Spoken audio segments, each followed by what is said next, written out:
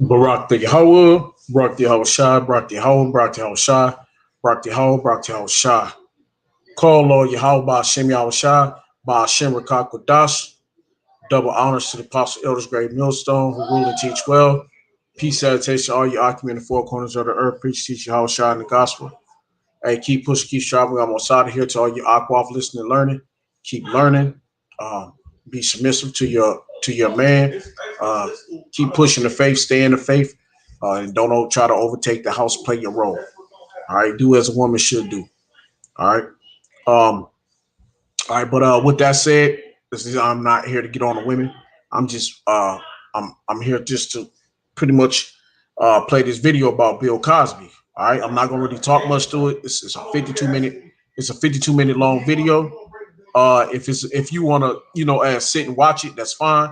You can. If not, I'm not even gonna really pull out too many scriptures because it's really self-explanatory for itself.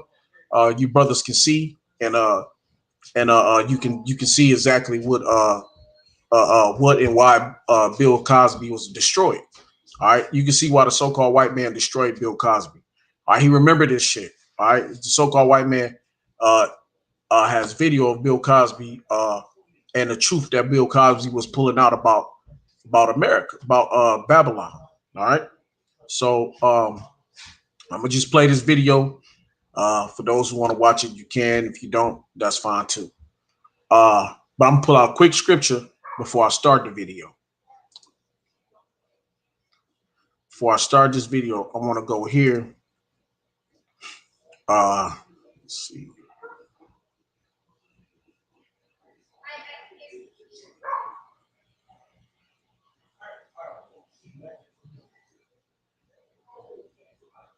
All right.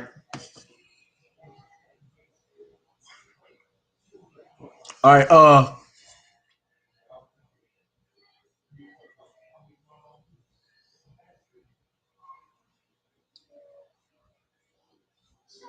Okay, this is John 10. The point is in this is John 10 and 7, but the point is in 10. I just want to read 7 just to brush on it.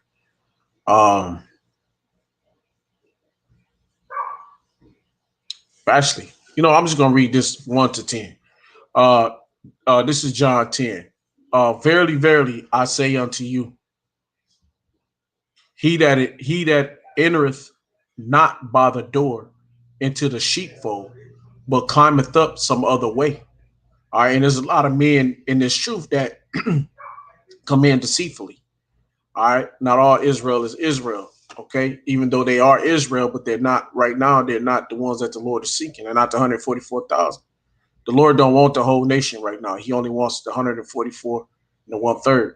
Okay, the women and children of the 144. Okay, so read that again. This is John 10 and 1. Verily, verily, I say unto you, he that entereth not by the door into the sheepfold, but climbeth up some other way, the same is a thief and a robber. Okay, you get in this truth and you get into it, you're thieving and robbing if you're doing it maliciously, if you're doing it underhandedly. Okay, you've came up in some other way. But he that entereth in by the door is the shepherd of the sheep. Okay, and how do you get to the door? Through Yahweh Shai. Through what? Through the Spirit. Okay, right? Through the teaching of proper doctrine. Okay, to him the potter openeth, and the sheep hear his voice. Come, and he calleth his own sheep by name, and leadeth them out. Okay, and if you've heard this call, we've been called by name, and we've been led out, led back into the pasture, led back into the fold. And when he putteth forth his own sheep, he goeth before them, and the sheep follow him, for they know his voice, and a stranger will they not follow. That's it. That's why when you look at the men of the elect, or the men of the hopeful elect, and like I say, because in Israel, there's a lot of us. There's a lot of Israelite camps. There's a lot of Israelite groups. There's a lot of alphabet groups from GMS down to us, YSO, okay, IUIC, ISUPKs, HODCs, HODI. I mean, it's many camps. It's crazy camps. It's Sakari camps. And I mean, it's camps galore. So there's more than 144,000 men out here now teaching and preaching how to shine the gospel.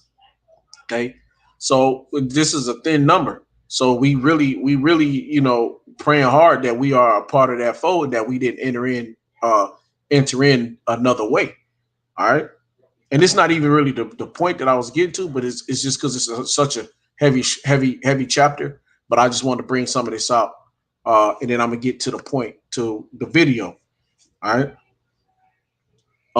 And when he put it forth his own sheep, he this is John 10 and 4. And I think I read this already, but it's I'll read it again. And when he putteth forth his own sheep, he goeth before them, and the sheep follow him, for they know his voice. And a stranger will they not follow, but will flee from him. That's it. And really in this world, Esau, TD Jakes, Cleflo Dollar, all of them, you know, hey, you run from those. At one point in time when you was wicked, you probably fall. Like I was young, I thought I was a Christian. Hey, but I was always into the Lord. Funny thing is that since I was little, young kid, I always wanted to listen to something about the Lord. I always wanted to listen to the scriptures. I always wanted to listen to a preacher. I always wanted the fulfillment of Yahweh Shem Shai. I just didn't know it was Yahweh Shem Shai. I just thought at the time it was Jesus Christ. Okay. But always from a kid, I always go to sleep with the scriptures. I remember I had a friend. He died back when I was like 12 years old. Mack truck had, smashed through his car, an 18 wheeler, back in the day. But before that, hey, his grandmother was heavy into Christianity, and I loved going to church, this, that, and the third. And I used to go over their house, and she used to play the Old Testament all the time for us, man. We used to sit, eat cookies, and listen to the Old Testament, the story of King David. You know, and I used to enjoy it. Other kids in the hood, they didn't want to go over to his house. I was 2 feet, I was 1 foot. I was in the scripture. Then I'd be out there with the heat, with the well, not the heathen, but well, they Gentiles. So I'd be out there, doing nigga shit. As a young boy. But then I also had that side of me that, man, I hear the scriptures. I wanted to go to it. I wanted to. Was something about the scriptures that really made me cling to it. I couldn't sleep at night without the scriptures. You know, that's another story. That's backstory. I guess I probably can put that out on tape one day. But anyway, back to this. So yeah, we're gonna follow.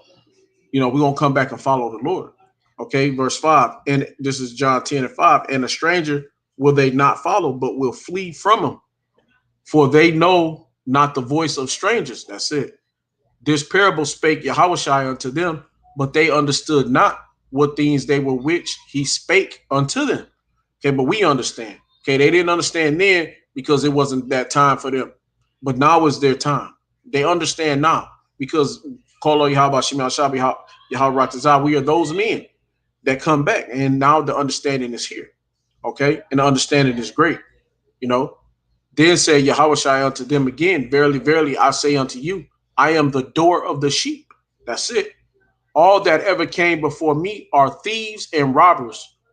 Okay, so anybody that came before Yahweh claiming to be the Messiah, the Hamashiach, they're thieves and robbers, man. The way, the light, the truth, and the light. They're robbers. They're liars. Hey, Martin Luther King was a robber and a liar. Malcolm X is a robber and a liar. He came after him, but he came in that same spirit. I'm pretty sure he came in that same spirit in his other life. All right. Verse 8, all that ever came before me are thieves and robbers, but the sheep did not hear them. That's it. I am the door. By me, if any man enter in, he shall be saved, and shall go in and out and find pasture. The thief cometh not but for to steal and to kill and to destroy. I am come that they might, and the they is the 144,000, Yashala, okay, Kwan Bawat Dawadad, right, the house of David, okay, Bawaf Dawadad, house of David, okay, I am come that they might have life, okay, and that they goes back to the house of David, the saints, the elect, the 144,000, and that they might have it more abundantly, okay. All right, you can read this whole chapter, and this whole chapter is banging. Okay, but I mean, what in the scriptures not banging? But but the point I'm up right now. I want to I know I'm jumping around, Salakia, but the point right now I want to go into is John 10:10. The thief cometh not but for to steal and to kill and to destroy. All right. That part I was just the main hitter part that I wanted to come into, and I'm gonna play this video. It's a 50-minute video. If you want to watch. If you don't, I understand. That's fine. But I'm just gonna put up for edification's sake. And that's really the only scripture I really want to go into. I know I can go into many more, especially during the video, after the video, but it's gonna be so long that I just want to put it out there. This is what they have done to Bill Cosby. Okay, the thief, which is so-called white man Esau, came in. He stole. He's killed and he's destroyed Bill Cosby, man. He's killed his whole career. He killed his life. He's dead. You know, because when Esau lock you up in their prison system, you're done. You're dead. You're dead to the world. There's no more you. All right. So he stole and he stole and he's killed them and he's destroyed the man. All right. So, but this is a part of the reason why they have done this to Bill Cosby. And the ultimate reason why is that Bill Cosby is an Israelite. You first and foremost, and the blessing is going to go to him, but he's going to have to get the blessing after death by pain. Okay. But which I can go into other scriptures. I'm not at the moment. I just want to play the video. All right. Brothers, enjoy the video. If you've seen it before, you don't have to sit here and watch it. I'm just putting it up. Spirit moved me to talk about Bill Cosby a quick hot second. If you don't like it, just keep it pushing. Shalom. Of black history, lost, stolen, or strayed.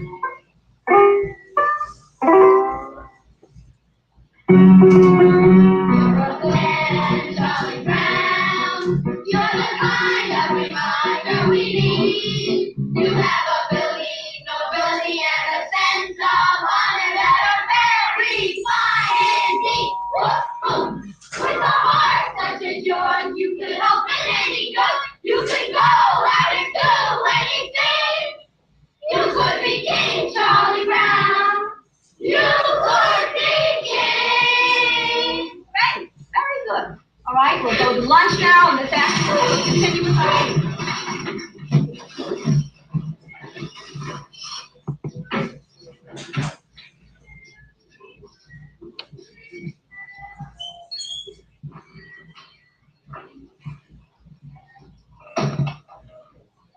No, I could never fit in that.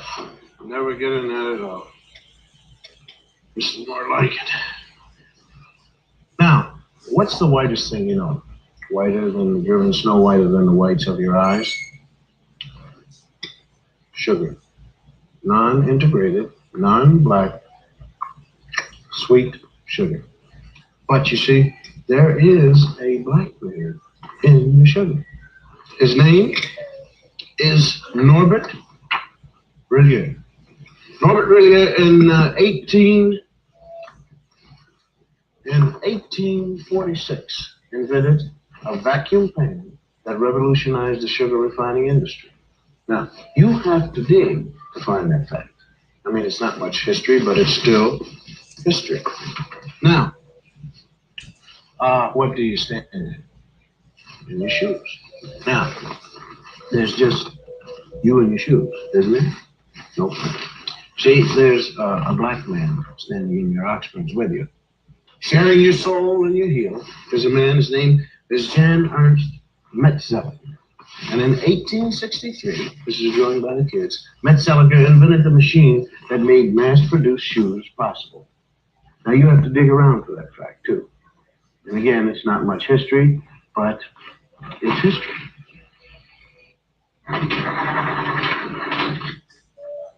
Am I coming in clear to California? I mean, is this TV signal driving through a pass in the Sierra Nevada mountains and slipping into San Francisco? Okay, well, I want to thank you, Jim Beckworth. Jim Beckworth out of St. Louis, hunter, trapper, and honorary chief of the Crow tribe of Indians. We had trouble finding you, Jim.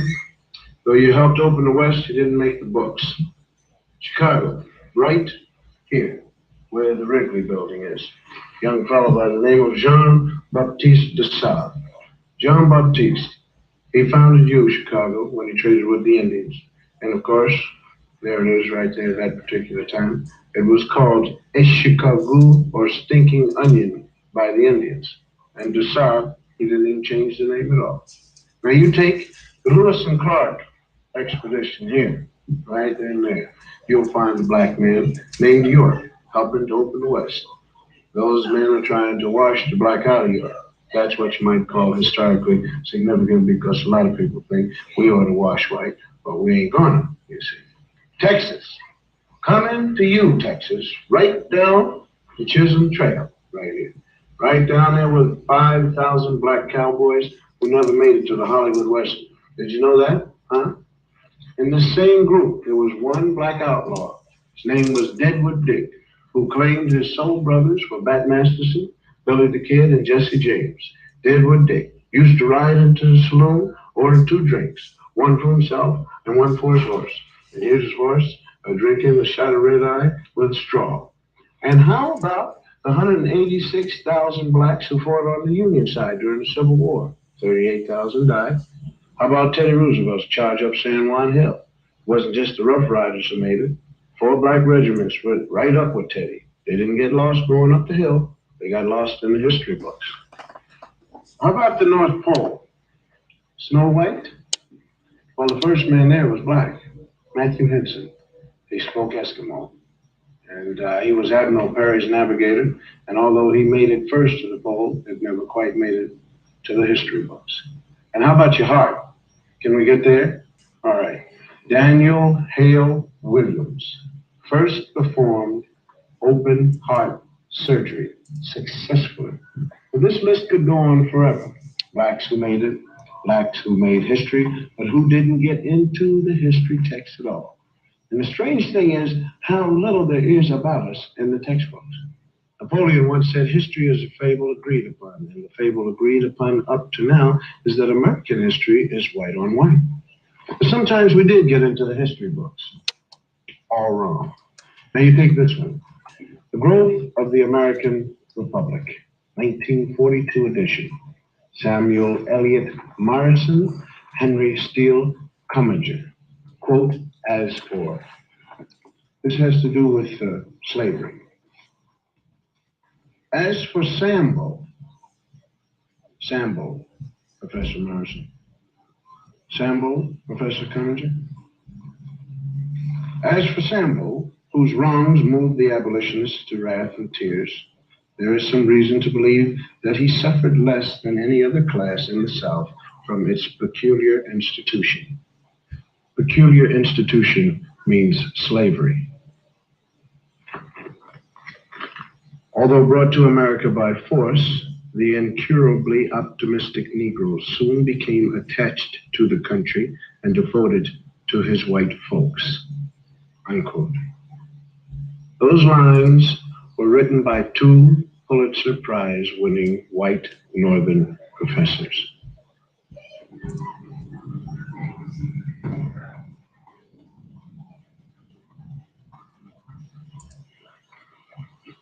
Slavery. That's the place everybody likes to start Negro history. You have ignorant black men being brought over from Africa in chains. Terrible thing, slavery. But this way slavery is taught, it sort of takes the sting out of it.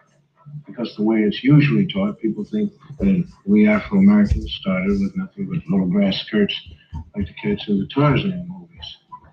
And though America gave us slavery, America kindly gave us religion and a lick or two of education. And when we get more jobs and more education, up from slavery. But we had something before we left Africa, something more than rhythm. I mean, we had a high culture. Culture was so high that great artists in the world are still borrowing from it. Now here's a sculpture by an unknown African artist. And here's what Paul Klee took from it. Now here's a work by an unknown black African, and Pablo Picasso. That's what he saw. Another African design, and Modigliani swiped it, or he was influenced by it, or whatever polite word you want to use. Another black African artist, and Picasso didn't change it very much. I mean, when you look at this copying, you got to give us a little more than rhythm. You got to give us style. Now, if you tell the history of slavery right, you got a big problem on your hands. The slave trader didn't take some savage out of Africa. He took a human being, sold him like an animal, and separated him from his family. America invented the cruelest slavery in the history of this. It broke up black families. After slavery was over, America kept breaking up the black man's family. And that's some awful history to teach. All right, hey, Slakia. I'm trying not to really bust into the middle of this because I think it's really educational. I'm not saying brothers ain't seen this. I'm pretty sure brothers have seen it. Uh, whoever, maybe it's for somebody who really hadn't paid much attention. But this is, you can see, this is why they shut Bill Cosby down. All right, this is why Bill Cosby was done in the manner he was done in. Why he's locked up in a prison house. Okay, uh, but he's coming out. And I mean, he did this. This is back in the '60s, '68. So you know, you can see exactly Esau had planned for him. This is what Satan do. Satan gives you your time, but then when it's over, he require that back, man. He gonna take back from you what he gave to you. You know what I mean? When he shut you down, he gonna shut you down. And they just killed him off, man, because of what he had taught in his earlier life. Okay, now he didn't really talk this way in his later life, but when he first began, this was the real Bill Cosby. All right, this was the spirit that was on him before he was heavily into Hollywood. All right. So, the Lord do things for reasons, right? I didn't mean I'm slacking for breaking in. I didn't mean to come in, but matter of fact, I'm going to grab a quick scripture just because I broke in, just because I broke in, I'm going to grab this scripture. I don't want to talk without pulling up a scripture. But this right here, this is Nahum 3:1. Woe to the bloody city. It is all full of lies and robbery. The prey departeth not. All right. So, hey, man, we ain't been nowhere. We still here. You know what I'm saying? The bloody city is Babylon. You know what I'm saying? Destruction unto this place, destruction to Esau, the so-called white man, and all his fucking grievous orders and rules. There's destruction to his whole piston, Salaki, his whole system, the pit. All right. So I just want to bring that out. I'm gonna read that one more time. Nahum 3:1. Woe to the bloody city. It is all full of lies and robbery. And like Bill Cosby just showed here, man, all them lies they pulled out, even about sugar, man. The refinery of sugar. All these things he's pulling out, man, about Jesse James and them outlaws, how there was a Jake rolling through blasting motherfuckers with him. I mean, it's just, the first heart surgery. Esau don't want to tell the truth about our people. And and that's just the thing, man, about being in this world. You know what I'm saying? Jake gotta realize who we really are, man. And uh uh when we don't search these things out for ourselves, you know, hey, we what he do? He hide us away, man. You know, hide us away. So but I want to get this quick scripture right quick. This is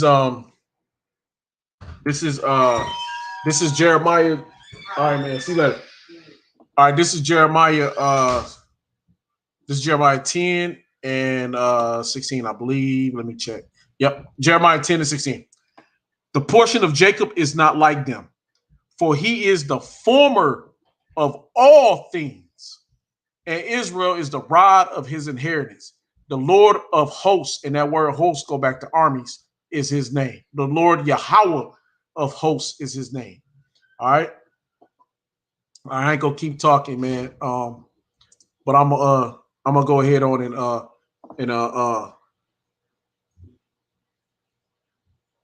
and Shalom to all you brothers on the comment board.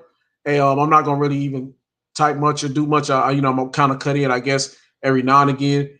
Shalom to you, to you brothers that's on there now. I'm gonna keep cracking.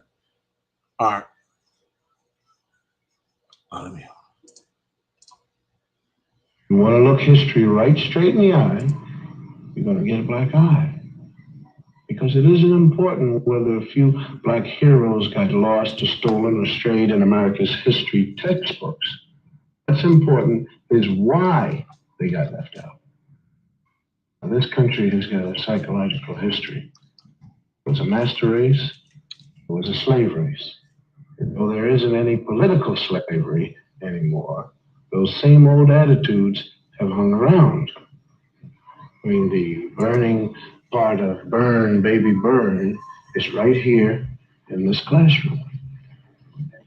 I want to thank Mrs. Lovely Billups and the whole gang here at fourth grade for the brilliant and intelligent artwork that they've done here to make this whole broadcast sing. I want you guys to keep pretending that I'm not here. You're doing a great job, and just keep on. Hey, you know, he just said something. He just said something that resonated with me.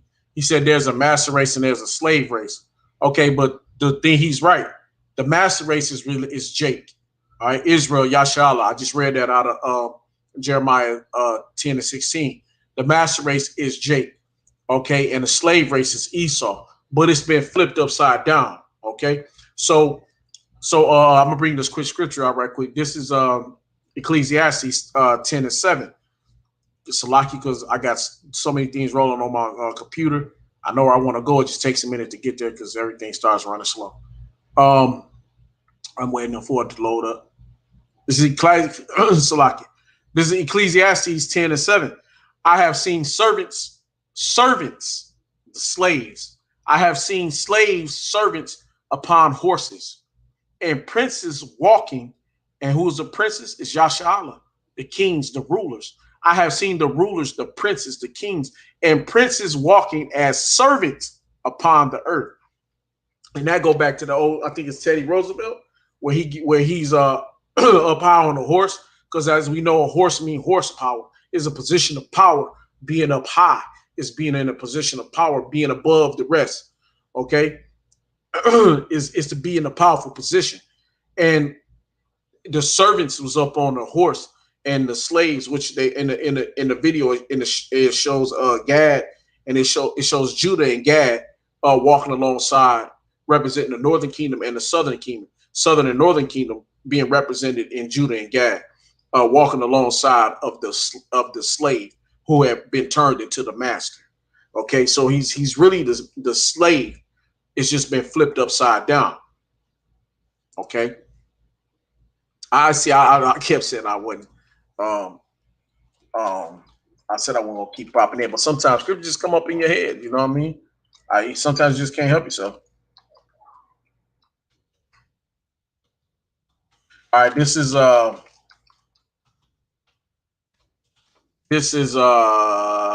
Isaiah.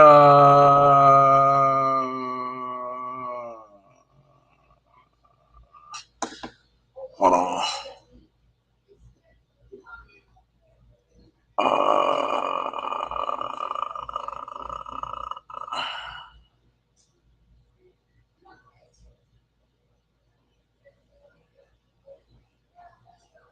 No, that's not the one I wanted.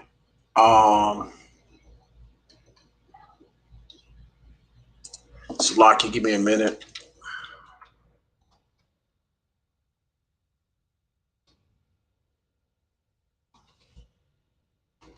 All right, let me see. Yeah, Con, that's the one I wanted.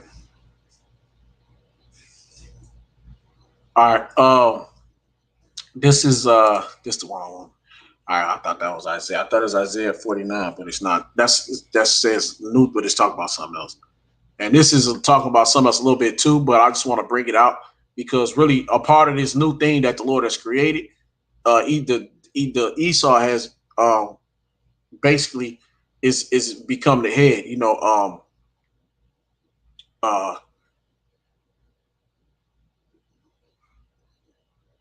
Esau is the end of the world, but Jacob is the beginning of that which is to come. I think that's Second Ezra 6 and 9, I believe. If I'm not mistaken, I'm gonna go back and check it up. I'm pretty sure it's Second Ezra 6 and 9. But hold on, right here. Let me read this right quick. This is Jeremiah 31 and 22. How long wilt thou go about, O backsliding daughter, For the Lord, and really in backsliding daughter, when you see that, that's really talking about the whole Israel. All right, because we backslid the Lord. Okay. For the Lord have created a new thing in the earth. A woman shall compass a man. And how did the Israelite woman compass a man? And really all women is through Esau's system. Is the devil has flipped everything through the power of Yahweh Shem Shai. The Lord has let him flip, okay, the power structure. Okay. The power structure has been flipped because Esau wasn't in rulership back in the time of King David. The Lord flipped it, okay, after 70 AD, when the Greeks came into power, the Romans, the Lord gave the power over to Esau, and now Esau's back here again in Babylon, okay. Esau had got the power back to rebirth, the Renaissance, to renew. All right, so they're back in power again. But originally, the power was in the hands of Yashala and dealing with like the other heathen nations. You had the Babylonian, the Persians, the Medes. First, that Egyptian captivity that we all were in together. You had the Assyrian captivity for the northern tribe. You had the Persian, the Medes. You had Babylon, Persian, Medes. Um, the Greeks, Rome, and now you're in Rome all over again. All right, so there's been about 6, 7 captivities. But here on this side, and also with Esau ruling, the women rule over us. Okay, because why? The backstabbing daughter of is us, really. It's Yashala. We have backstabbed the Lord. We blackslid. Hey, we backstabbed him, backslid, went against his rules, went against the law, statutes, and commandments, man. All right. See, I didn't mean to get. I'm gonna end up getting in a bunch of different scriptures. And that wasn't what I was trying to do, but hey, it's a spirit. What can you do? Spirit pulls something out, he pulls something out. So I'm gonna read this again. This Ecclesiastes 10:7. I have seen servants upon horses and princes walking as servants upon the earth. All right. So that's that flipping. It was the shit was flipped. Okay. The Lord, why? Because of our wickedness. Why? Because we went against the law, statutes, commandments of the Lord. And ultimately, ultimately, uh you know what? I just thought about another scripture. Let me grab that right quick.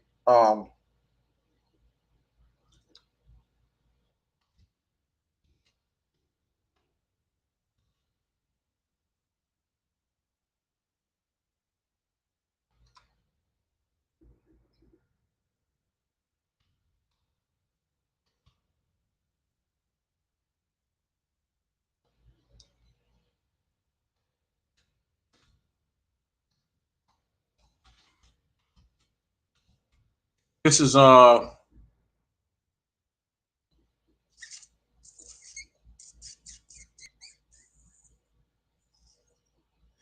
kind of this is one on one.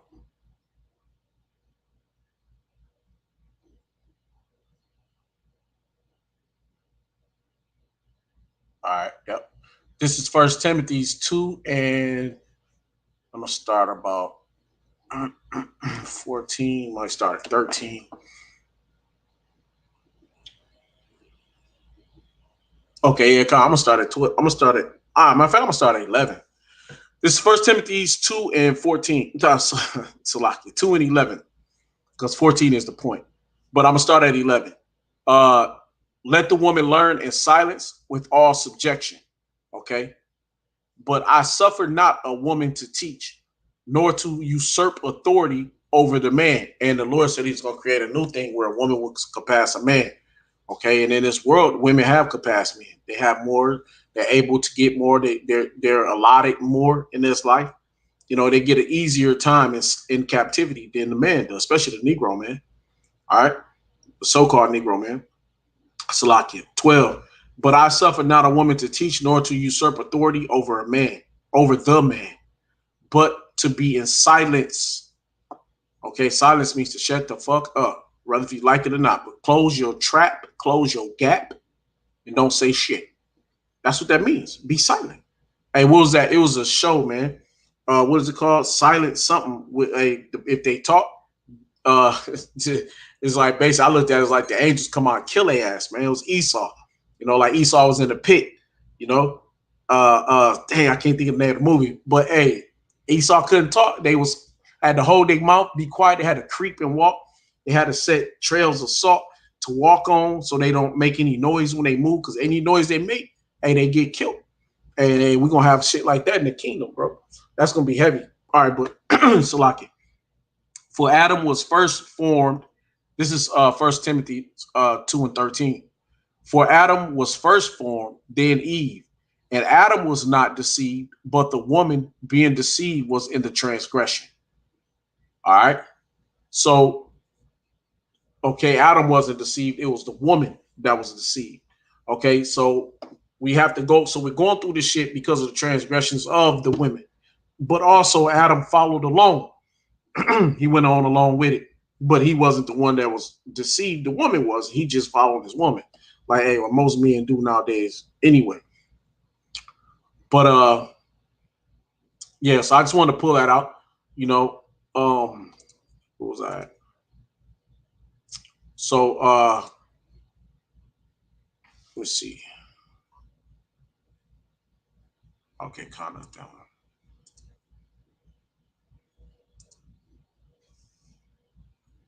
Oh, I'm sorry, Slocky. Uh okay, this is what I want to go to. This is well, I'll go to that one later. But yeah, so I wanted to bring this out that so in America here now we going through all these lies and robberies. Our women are ahead of us. They're being passed over. We being passed over for our women.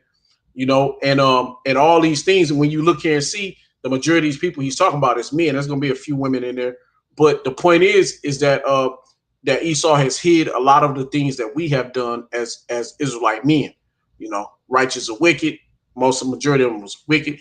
But I'm gonna go ahead and play the video because I was gonna say something else, but I lost my train of thought. Slocky, but evidently the Lord didn't want it to come out, so I'm gonna just play the video. What you have to do, because I'm going to talk about some other kids, not you, Mary, John, and Bob. These are kids from other schools. And did you know in some states it used to be against the law to teach blacks to read or write?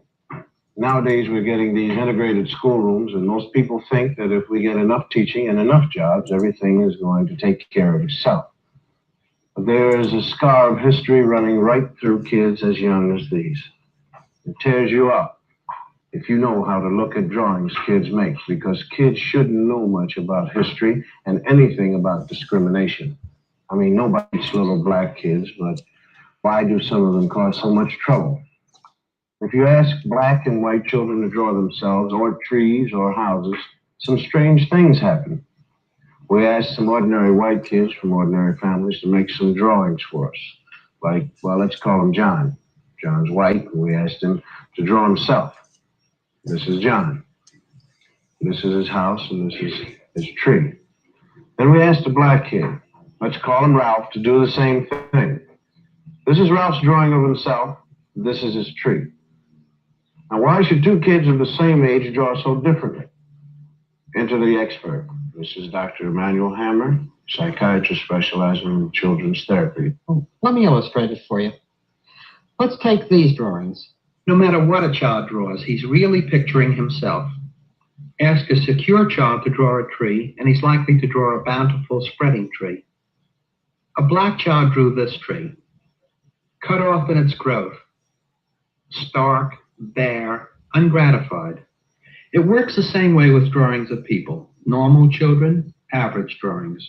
The mood is happy, the child feels capable, the drawings are complete, and the arms are developed to emphasize strength. These children were old enough to draw complete figures. The significant fact is what they left out: arms, hands. A child may sense that a situation in life is so powerless that he himself is equivalent to an armless man. My own study reveals that armless people appear 3 times more frequently in the drawings by black children than those by white. The faceless beings suggest that these youngsters not only feel themselves to be less than they might be, they don't even feel themselves to be. The black child who is forced to live in a hostile world may disappear in self-defense. He drifts through life feeling like a shadow. He stops caring and he stops trying. A child who has this on his mind cannot be a child. A child who has this on his mind could want to burn down cities when he gets older. The whole confusion was summed up by a black 9-year-old in these two paintings. This is a 9-year-old boy draws a white man, Robin Hood maybe. And this is how the same boy draws himself. And this is the consequence of deformed history. Linda, close the curtains. Brian, lower the screen. Bonnie, light, please. In the past 50 years, 33,000 feature films have been made in the United States, and about 6,000 of them have had parts for black actors. For the most part, the black portraits have been drawn by white writers, white producers, and white directors for a white audience. Most black parts were the way white Americans wanted them to be. The black male was consistently shown as nobody, nothing. He had no qualities that could be admired by any man, or more particularly, any woman. When the sun goes down, the tide goes down, the dark gather around and they all begin to shout, hey, hey, Uncle Dudley. White people didn't like to think much about them, sort of like a relative you get in a rest home. I mean, happy darkies, dancing and singing was all they wanted to hear about. Being good Christians, the whites out front liked to think the blacks out back were kind of happy.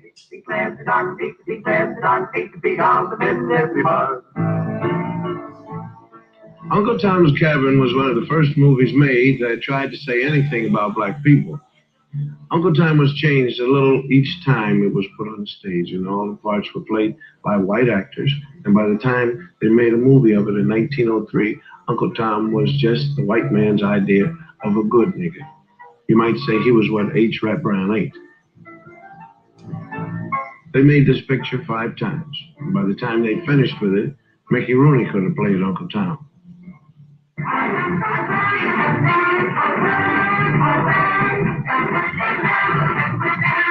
Minstrel shows started as the black man's entertainment for himself and the plantation owners. When they were filmed, though, they were done by a white cast. You figure that out. They were done as sort of a joke, and the black entertainer couldn't even get a job making fun of himself. The first really vicious anti-Negro film was called The Birth of a Nation, and it was a honey. And the second worst thing about it was that technically in 1918 it was the best movie that had ever been made. A cat named D.W. Griffith produced it, and he knew how. See? Birth of a Nation pretended to tell the story of the Civil War and what happened afterwards when the slaves were freed. White women couldn't walk on their own sidewalk, if you believe the picture.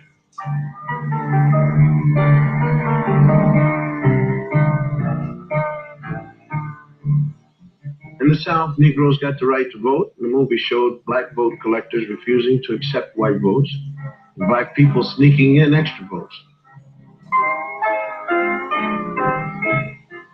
And if these black bad guys don't look very bad to you, it's probably because they're white actors wearing burnt cork.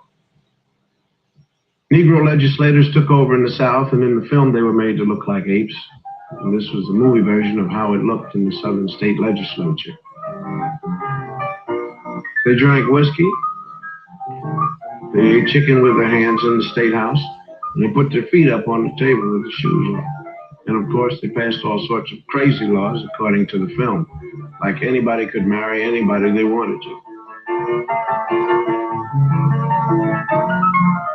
It was obvious to anyone who saw this picture that Negroes weren't fit to govern themselves or anyone else because they really weren't people. This film is 50 years old, and it may look silly and out of date now, but it didn't look silly when it was made and seen. Several million Americans who saw it were propagandized to believe that this is the way things would be if they weren't careful. So they've been pretty careful. Colonel Cameron, a former officer in the Confederate Army, is all upset over the way Northerners and the freed slaves are changing his South, taking the mint julep right out of his mouth. So he takes a walk one day while he's worrying about it, and he sees 2 white kids playing, and then 4 black kids come along. Being hardly human and naturally afraid of ghosts, the black kids run. Colonel Cameron sees the whole scene, gets his great idea. And with this, that great white all-American organization, the KKK, was born. The cavalry and the bedsheet has come to the rescue. The South is saved. In this picture, the Ku Klux Klan was the good boy who saved the South. Most Hollywood films, though, even the early ones, weren't really nasty. Nobody was sitting around saying, hey, let's take care of the niggers. What producers were doing was making money. And to make money, they made pictures that white ticket buyers would enjoy.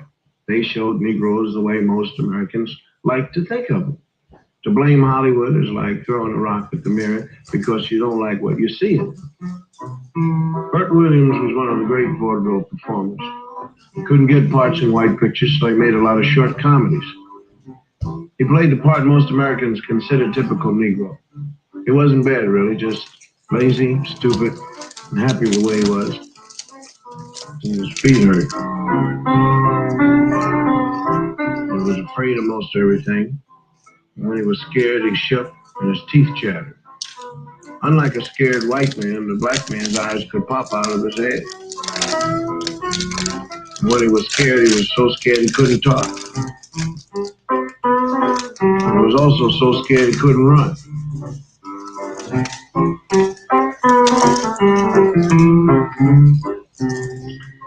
Black women, on the other hand, were steady and imperturbable.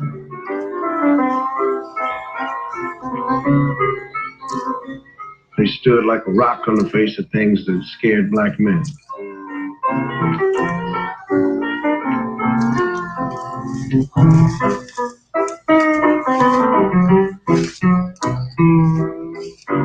Another strange physical characteristic was when they were really very scared, the guys turned white.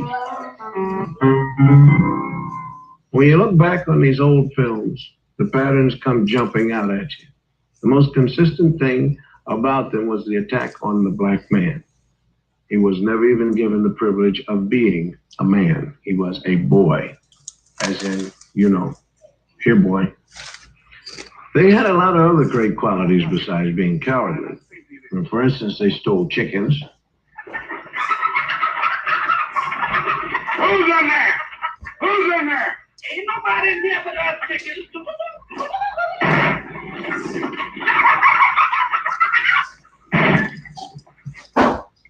They shot craps. That's your papa talking to you now. That's Hey, Jake, do that shit today. Shooting dice. Same old shit. Hey, you was programmed to do this shit. Esau remade your ass. And lions weren't the only thing they were afraid of either. They were afraid of gorillas. Wonderful. Is that you next to me? Wonderful. Is that you next? Now, come on, Wonderful. Now, don't stand around. Come on, tell me the truth. Is that you next to me? Wonderful, please say yes, that's you.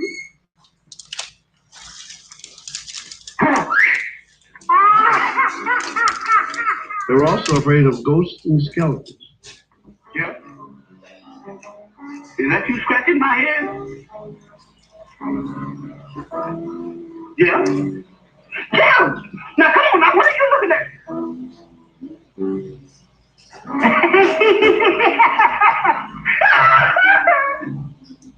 What's your hurry, boys? Even when they were little boys, they had these characteristics. Farina in our gang was the boy.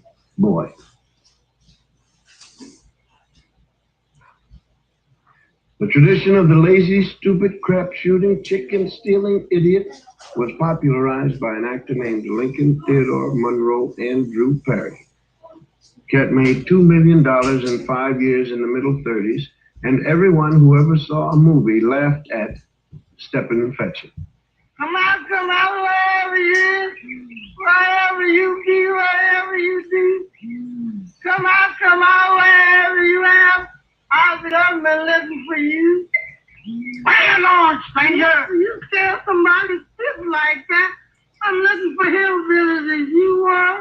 I ain't saying I am and I ain't saying I ain't. Well, that's close enough for me because I'm tired of walking myself. The government told me I got to bring in a hillbilly.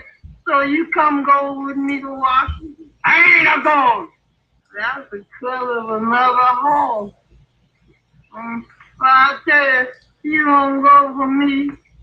We go for the Navy. No. I go for the Navy. Well, I tell you, go for the No, I won't go for the army. It's too bad he was as good at it as he was. The character he played was planted in a lot of people's head, and they remember it the rest of their lives as clear as an auto accident. What's that? Are you an Indian? Yes, man, you don't know. I'm Indian. I got one from the Cherokee, two from Seminole, and I got 4/5 Hiawatha. Wait a minute. Hiawatha was a woman. I can't help it. I got 4/5 of them. He played in movies with other actors who were as American as Mom's raspberry jello. If they accepted the stereotype, how wrong could it be? Judge Ricky, I see you something, please. Well, I'm pretty busy. Yes, but I just want to ask if you cared about it. You're about what? About over at my house, night before last. Another baby? Yeah, you sure gifted, you heard? What's his name? Oh, we call him L.R. Lars Rigby Livingston. Named him after me, did you? Yes, Lars Rigby. I told my wife, I said, honey, I know Judge sure gonna be gratified. Well, of course, that's, I appreciate the honor. Yes, I suppose a compliment, and I ought to do something for it. yes, that's what I thought. You come over to my place tomorrow, and I'll give you a job. Yeah. Rake and leave. I asked you the way. All-American Little Shirley Temple played a lot of parts that involved her with black actors.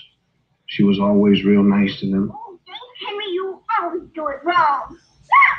This is an imitation Step and Fetch It named Willie Best with Shirley. Come on, Miss Birdie. I just won't budge. I'll show them The under. cute little white girl was brave and strong in the face of danger. And the big black man was stupid and cowardly. What are you afraid of them for? Oh, honey, child, them Yankees is mighty powerful. They can even change the weather. Yeah? Whenever they come around, I never know whether it's winter or summer. I'm shivering and sweating at the same time. And Henry, serve these cookies to Master Harold and wipe his chin. Yes, ma'am, Miss Bird. She was good to them and they were good to her. Sort of a master and pet relationship. How would you like to see Uncle Billy dance? All right, Steve, fellas, let's get going, son.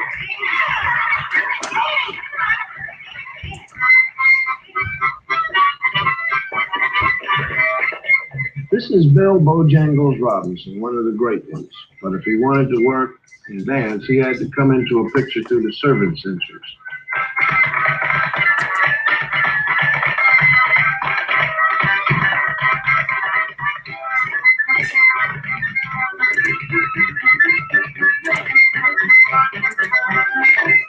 All right, right here. Let me go. This is Psalms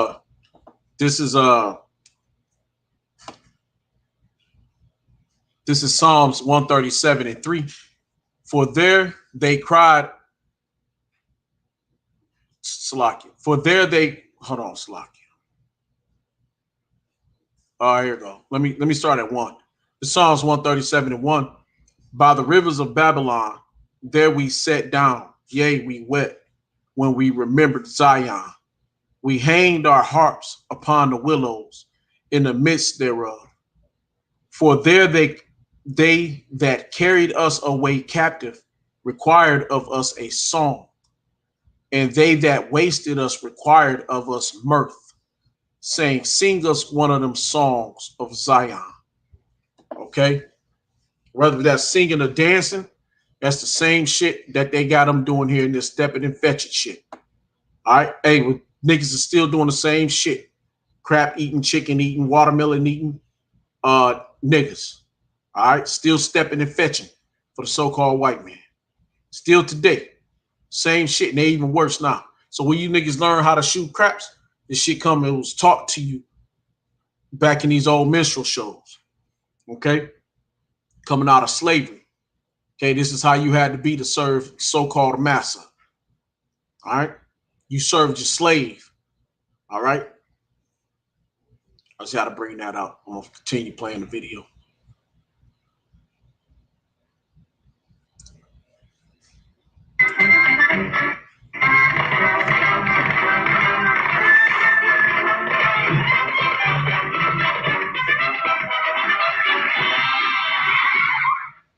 Shirley was good to children, too. They loved their little mistress, and she treated them real good. Just like they were equals. Good morning, Sally Ann. Miss Reggie, please, ma'am. We are going to come here to wish him any happy return. That's it. Many happy returns of the day.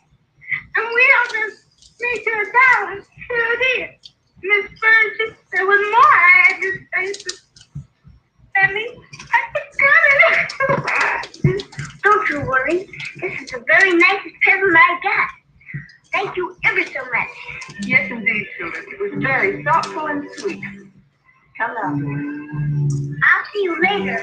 See you later. Oh, really, Wayne? I suppose it might have surprised a lot of Holly producers to know a scene like that could actually make a lot of people, mostly black, sick to their stomach. This is a lot of fun, isn't it? The newsreels that were shown along with feature films knew a good thing when they saw one. They helped keep all the black cats in their place. Nobody black ever did anything very newsy in a newsreel.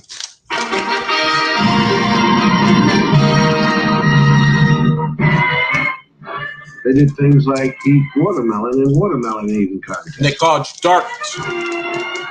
darkies eating watermelon. And another favorite for the newsreel cameraman was to film people throwing things at them. Good sport. Some college football publicity man decided this was a good idea. And there were a lot of very funny golf pictures. If you weren't black, they were funny, I guess. Right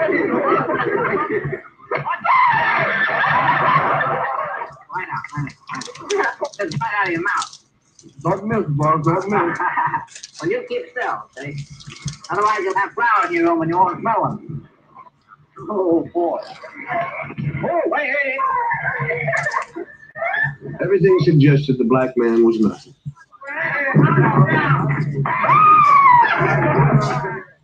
Hollywood adopted a sort of British attitude toward black natives in other countries. They were always sneaking around the bushes, carrying stuff on their head. White men weren't supposed to get caught sweating. I've seen a picture called Prestige, and they stated the colonial attitude. Don't let it break, Andre. Take to him your wreath for a wedding gift. The prestige of the white man. That means everything you stand for, and it is the only weapon you two will have. Prestige. But it is enough to preserve you. Yes, sir. And I'll try to remember. Did you kiss me? Even though most non-white natives of any place were savages in films, it often pleased white producers to endow a few chosen blacks with the virtue of great loyalty to him, the white man. Here's one defending Anne Harding to the death. There was always one loyal and true black man who would do anything for his master. Some of them were wonderful people. If you really get a good one. Mostly, though, Negroes were not heroes. They were a bit part servants, railroad porters. Now, this is your destination, folks. They made very good chauffeurs. Looked good in their caps. Good morning, Colonel. And they were great at serving all kinds of drinks. That coffee of yours stays with you like poor relief. Mark says you got the... Just Saster's tea.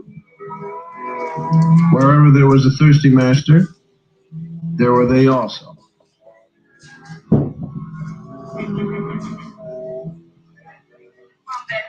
Play it in Jemima. Do you have enough? I don't know if I can stretch one small chicken, but as long as the water's running, we'll have soup enough. Lobby, will you take Kay upstairs and wash all that goo off her face and give her a good... And one question they never answered. When the Negro woman was taking care of the white woman's kids, who was taking care of hers? They did all kinds of odd jobs around the picture, like walking horses. When they weren't walking the horses, they were out back playing craps, of course. Recreation. They met people at the station for their masters. you folks, We come all the way from Ireland. Mr. Milford's expecting us. Mr. Milford. Yes'm, you is what I'm looking for. I'm Mr. Milford's boy. His boy, you say? Yes'm, Murphy's the name, sir. Did you say Murphy? Yes, Mrs. Murphy. They call me Walking Murphy. Walking Murphy? Yes, most of us Murphys down here just sit. I walk. They make wonderful servants, all kinds in pictures. Dumb but loyal. Yeah. Isn't it a beautiful night? I just love fun, don't you? I beg your pardon? Thank you kindly. Yes? Hello? Oh, this is a very young resident.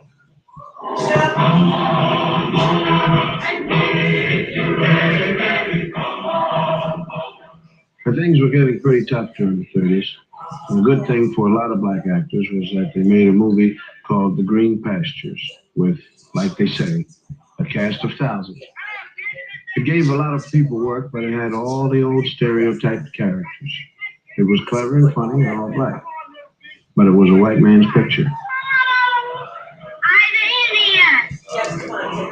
Henry, you sure got the prettiest wings. Oh, they just my old one.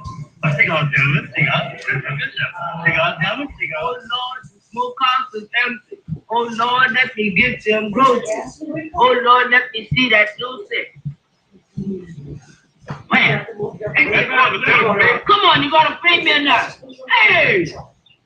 Well, you just a little boy, gambling and sinning, and chewing tobacco like you was your own pappy. And you've been drinking Sonny Kick Mammy wine, too. You gamblers ought to be ashamed of yourself leaving this boy to sin. Well, he's the best crapshoot in town. But nigga shooting crap. While Hollywood was turning out films, radio came along and decided to get in on it, too. Two white fellows from Chicago invented two black characters they named Amos and Andy. They played their parts on the radio for 30 years. This is them doing their bit.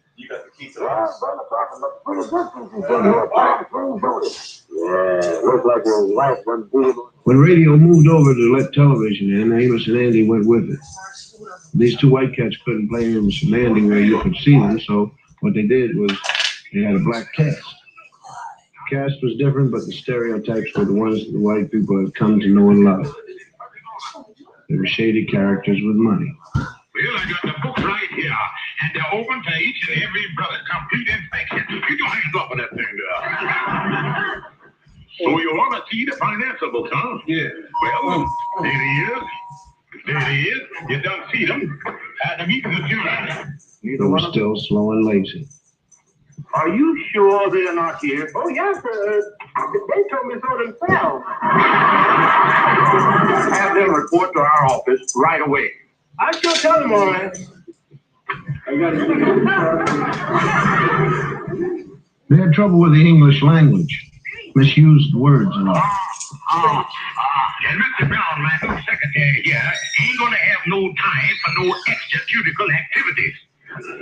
I'm telling you now, as long as you have that secretary in your office, I'm going to work as a secretary myself. Oh, give me an ultimatum, huh? I'm putting my foot down. They had trouble with women. That's where Ebonics come from. All that bullshit. There was always the one. Taught a nigga how to be a nigga.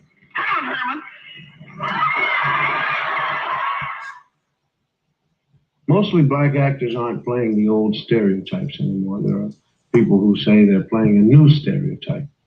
Sidney Poitier is always helping some little old ladies across the street, whether they want to go or not. Black people in this country got a bum deal for a long while, and it won't hurt much if we see a little of that now and then. Stanley Kramer has let us use some scenes from Guess Who's Coming to Dinner. You look at these and remember Birth of a Nation. This is the opening scene when Catherine Hutton is bringing Sidney home for the first time. This is Dr. Prentice, John, with Matilda Binks. Pleased to meet you, Miss Banks.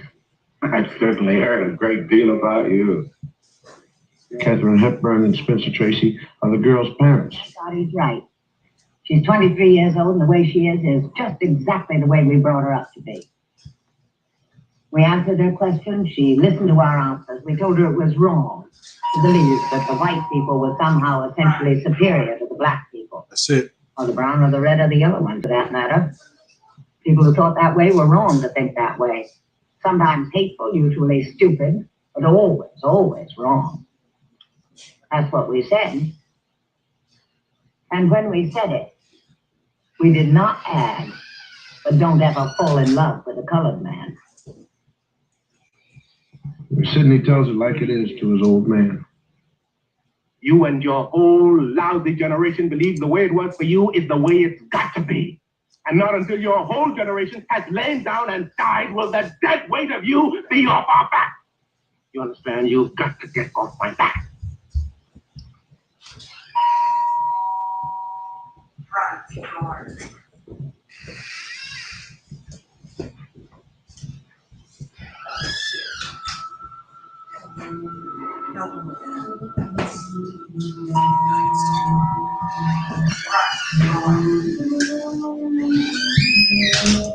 Dad, you're my father. I'm your son. I love you. I always have, and I always will. But you think of yourself as a colored man. I think of myself as a man.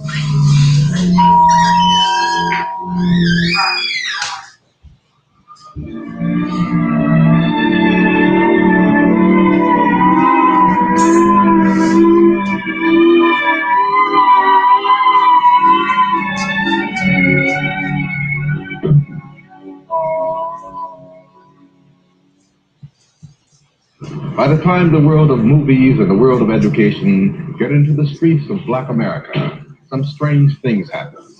Because what history and the movies have told the black man is that he's nobody unless he joins the white world.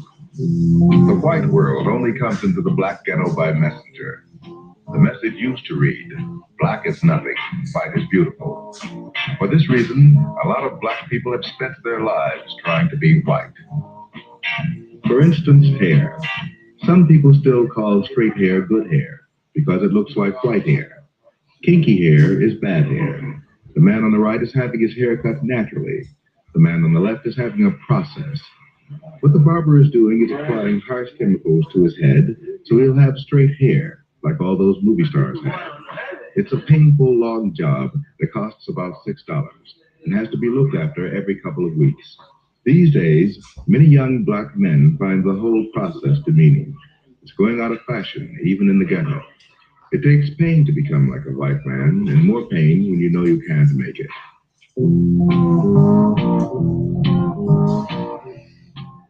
For a while, it seemed to the black community that the way to escape was to get as rich as possible and look as white as possible. And as affluence came to some black people, all the lessons of history and all the lessons of the movie seemed to be succeed on the white man's terms. So, the middle-class Negro took the white man's dreams and tried to make them his. Today, many middle-class Negroes have the education and the money to provide themselves with all the white man's dreams but one: universal social acceptability. He has not yet been able to join in any normal or casual way the white man's affluent society, so he has his own. The white man's attitudes still exclude the black man and the black woman. There's a fallacy in this country that says that any man by his merit can make it. That is not true. Do not believe that. It is not true. Because any man in this society cannot make it. That's where the whole fallacy is. The white man keeps saying to you, if you just stop being black, if you just stop shooting your people on Saturday night, you just stop talking Negro dialect, you clean yourself up, get yourself a job, you're going to make it in this society. It's not true. I know for myself, I have a master's degree in social work, and I know that people won't accept me. And I was an honor student, and I know I can make it. They won't accept me. They don't discriminate against me because I'm a Christian. They're discriminating against me because I'm black. The message down here is coming in stronger. It's be yourself, be black. The new generation of black young Americans is asserting itself in a new and possibly disturbing way. Many black Americans are giving up on American society. If you can't wash white, even if you have the money, if you can't wash white because you are basically black, what you do is react, sometimes radically. Here is a measure of the reaction to White is Beautiful. This is a storefront school in Philadelphia. The children are being given a black preparation before they enter the city's schools. They're not especially gifted children, they're just from the neighborhood. One black man named John Churchville put it all there in finance. Right?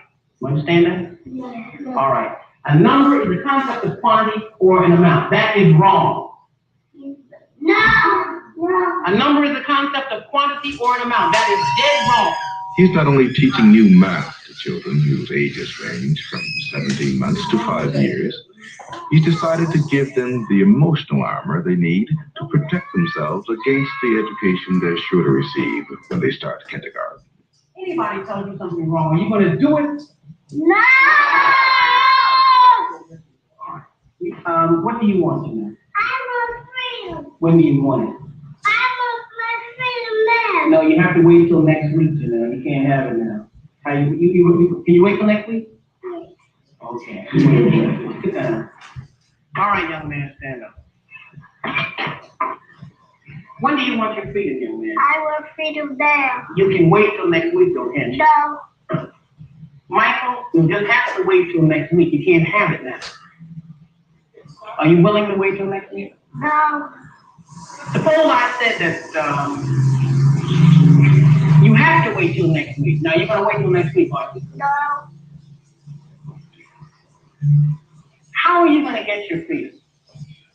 I will use any means necessary to get my freedom. Any means necessary? Yeah. You know, all right, sit down. Young man, what is your name?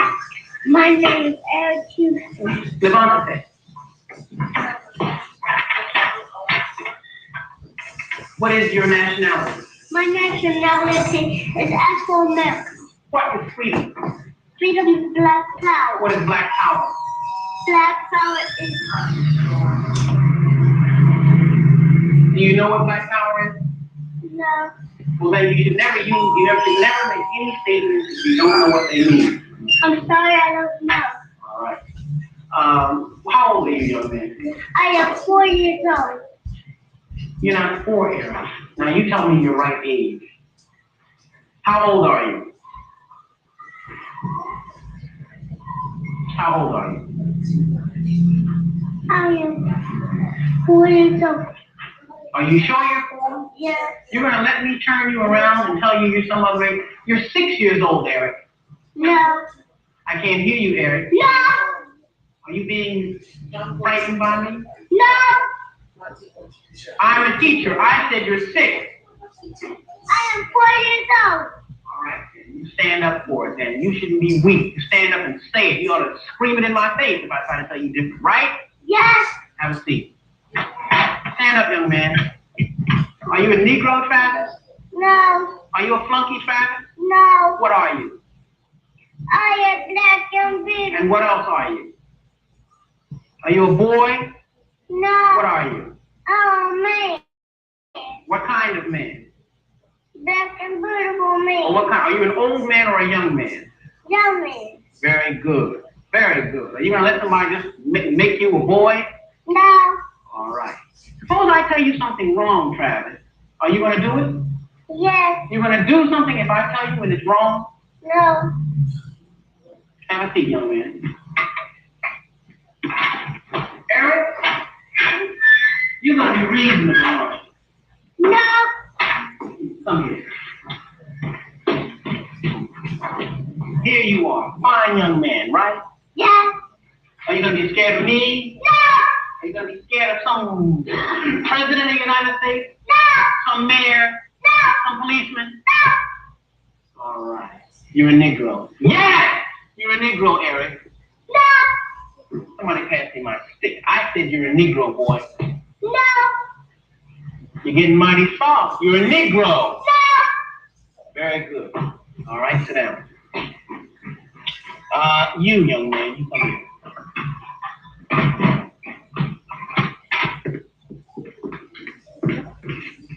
Your nationality is American Negro. Yes. No. Your nationality, now look, don't play with me. You're a Negro. No. I am. No. Suppose I threatened to beat you, what would you say? Aren't you a Negro now? No. What are you? I'm black and beautiful. What is your nationality? My nationality is Afro-American. Suppose I had some money in my pocket. Suppose I gave you $1 to say that you're an American Negro. This is money now. Money talks. Money talks. This dollar. And if you don't say it, you don't get it. You're an American Negro, aren't you? No. You won't have any money. You know you need money, don't you? Yeah. You need money to live, don't you? Yeah. All right. All you have to say, Leon, is that you're an American Negro. Aren't you an American Negro? Are you an American Negro? No. What are you? I'm black and beautiful. What's your nationality? My nationality is Afro-American. Very good, man. Keep it up. Go sit down. You had to think about that a minute, didn't you? Yeah. All right. All right, everybody. What is your nationality? My nationality is Afro-American. All right. What do to you in different ways when you get out of the school? They're not going to just come right up to you and give you $1 or say, if you say that you're an Afro-American, if you say you're an American Negro, I'll give you $1. But they're going to be very nice to you, some of them, and they're going to try to, get you not to love black people. They're going to try to get you to, be something other than you are. They're going to try to make it seem as though you're different from the masses of black people. And they want you to go away. I'll tell you, I'll give you special things if you just come along with me and do what I say. But you must reject that. Now, you know what that means? That means you're not going to have the money you'd like to have. And money is not important. We need money. We have to buy things with it. But money is not the thing that we're living for. The only thing that makes a person worth living is being a man and being a woman, being strong in character, being straight, telling the truth, and living in the truth and doing the right thing. You understand that? So no matter what happens, I want you all to always tell the what? You may not get the marks you're supposed to get in school. You may be doing the work, but because the teacher doesn't like your attitude, and she'll always tell you, I don't like your attitude. Because you're independent, but you're not going to schools for grades. You're going for what? All right, and what kind of people is everybody in this room going to be? Tell me the kind of people you're going to be. What else? You're already that. What are you going to be? You're going to be stupid? No. What kind of people are you going to be? Excellent. You're going to be excellent, and what else? Yes, ma'am. Strong. And strong, and what else? And good. And good, and what else? And genius. And a genius, and what else? I'm looking for another word. All of you are geniuses right now, and you'll be better than that. What else? I'm looking for a word that begins with a B. Brilliant. Brilliant. And brilliant really means to shine. And all of you will shine. All of you are really going to be brilliant. Good enough. All right. How does everybody feel now? You ready to get ready for lunch? Yeah! Who's hungry? That's kind of like brainwashing. Or is it? I mean, can you blame us for overcompensating? I mean, when you take away black history, got lost, stolen, or strayed. When you think about the kids drawing themselves without faces, and when you remember the fine actors who had to play baboons to make a buck, I guess you got to give us a sin of pride. Pride. Hubris in the original Greek. It's 300 years we've been in this American melting pot, and we haven't been able to melt in yet. And that's a long wait. Listen, we've been trying all kinds of parts to make the American scene. We've been trying to play it straight and white, but it's been just bit parts. Now, from now on, we're going to play it black and American, which we're proud of both. Hubris. I'm Bill Cosby, and you take care of yourself.